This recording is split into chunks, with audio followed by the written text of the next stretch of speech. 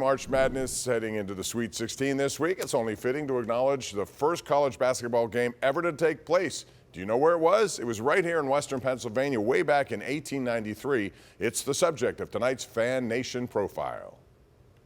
Fan Nation is presented by JP Roofing.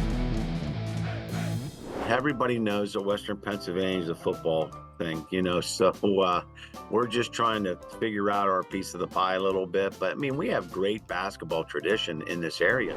Geneva, obviously the birthplace of college basketball. We played the first organized game against another entity in the New Brighton YMCA. James Naismith was the inventor of basketball, and he had a student named Charlie Beamies. And Charlie, Mr. Beamies, was the athletic director at Geneva College. He needed to come up with a sport for the wintertime. He contacted Mr. Naismith and he said, why don't you play this game that we've been doing at Springfield? And it was quite physical, but they needed something to do for the students, and this was a perfect thing. So that's how it all kicked off.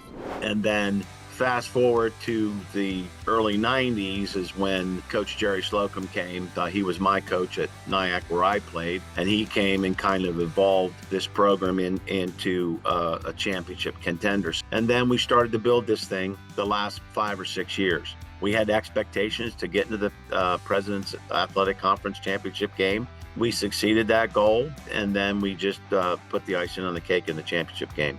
To be part of this historical journey, I count it a privilege to be the head coach here, but I've just been saying it takes a village, and I have great assistants, great players that care about each other and buy in, and it makes it very easy for us to be successful as long as we're doing the things we need to do to get to the next step.